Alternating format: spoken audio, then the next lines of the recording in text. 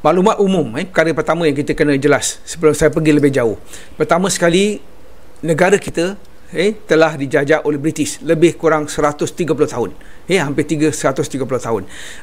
Penjajahan British di negara kita ini bermula daripada tahun 1824, apabila perjanjian Inggeris Belanda ditandatangani.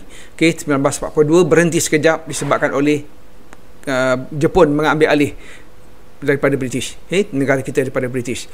Selepas Jepun terlibat secara langsung dalam Perang Dunia Kedua pada waktu itu. Kekalahan British telah memberi peluang kepada Jepun untuk menjajah negara kita.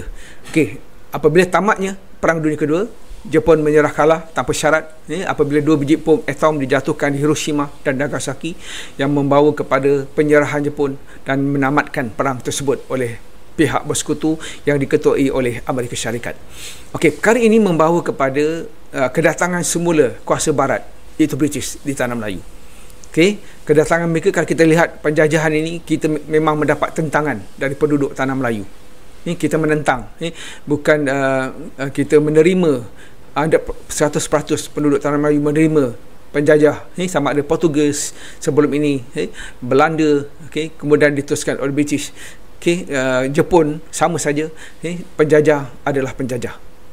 Jadi walaupun kita di waktu itu penduduk tanah Melayu diketengahkan dengan beberapa propaganda, propaganda Jepun misalnya, Barat juga ada propaganda mereka, kononnya untuk menjadikan tanah Melayu ini sebagai negeri yang bertamadun, yang dipanggil white man burden dan sebagainya.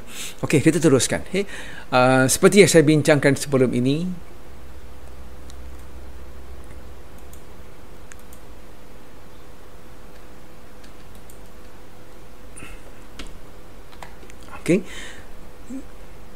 bahagian ini yang paling penting sekali.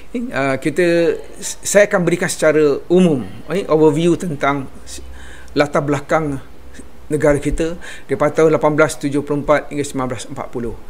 Apabila campur tangan British secara tidak langsung, British telah membentuk 3 pentadbiran. Sebelum ini saya dah jelaskan.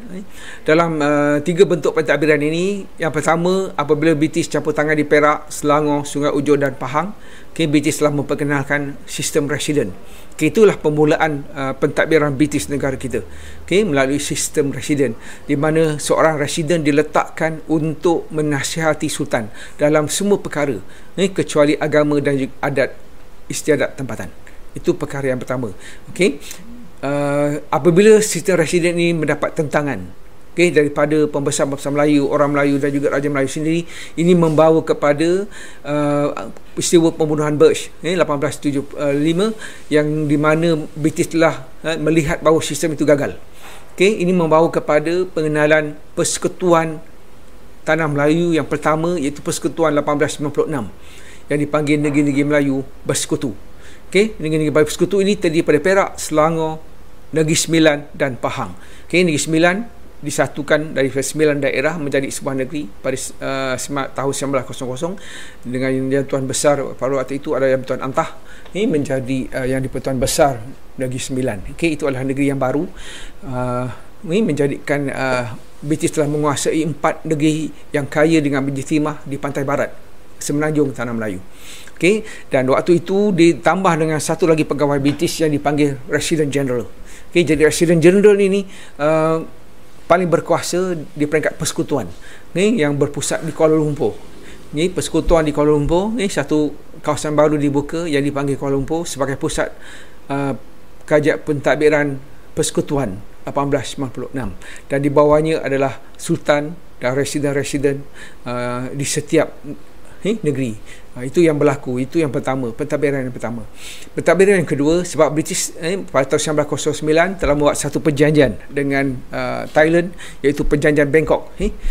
Perjanjian Bangkok ini telah menyebabkan Siam menyerahkan negeri-negeri Melayu Utara, iaitu Kedah, Perlis, Kelantan dan Terengganu kepada British. Kepada British. Ini telah membolehkan British meletakkan seorang penasihat British. Pegawai British pada waktu itu dipanggil penasihat British.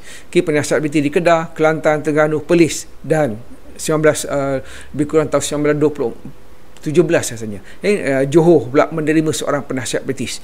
Ini menjadikan kelima-lima negeri ini disatukan di bawah satu pentadbiran baru yang dipanggil negeri-negeri Melayu tidak bersekutu.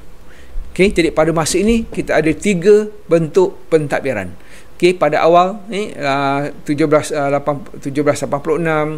1819 Singapura, Pulau Pinang, satu lagi adalah Melaka 1824 telah digabungkan di bawah satu pentadbiran yang dipanggil negeri-negeri Selat.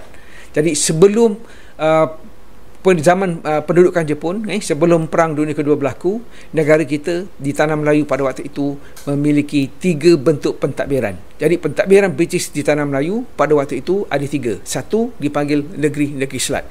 Kedua, negeri Melayu tidak bersekutu. Kemudian digabungkan menjadi Persekutuan 1896. Dan yang ketiga adalah negeri Melayu tidak bersekutu.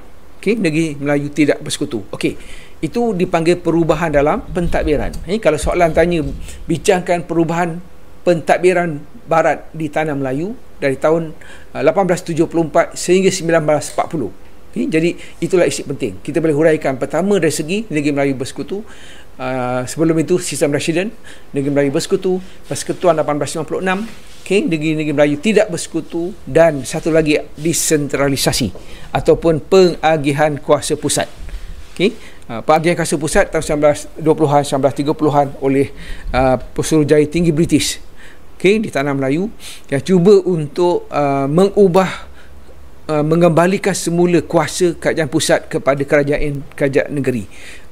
British buat demikian untuk membolehkan mereka menarik negeri Melayu di utara, Kedah, Kelantan, Terengganu, Perlis, Johor, menerima dan bergabung di bawah satu persekutuan yang lebih besar. Itu adalah sebenarnya hasrat British pada waktu itu. Jelas ya pelajar? Jadi pada waktu itu sebelum Perang Dunia Kedua, pelajar mesti faham bahawa pentadbiran British pada waktu itu ada 3 bentuk, iaitu negeri Selat, negeri Melayu bersekutu dan negeri Melayu tidak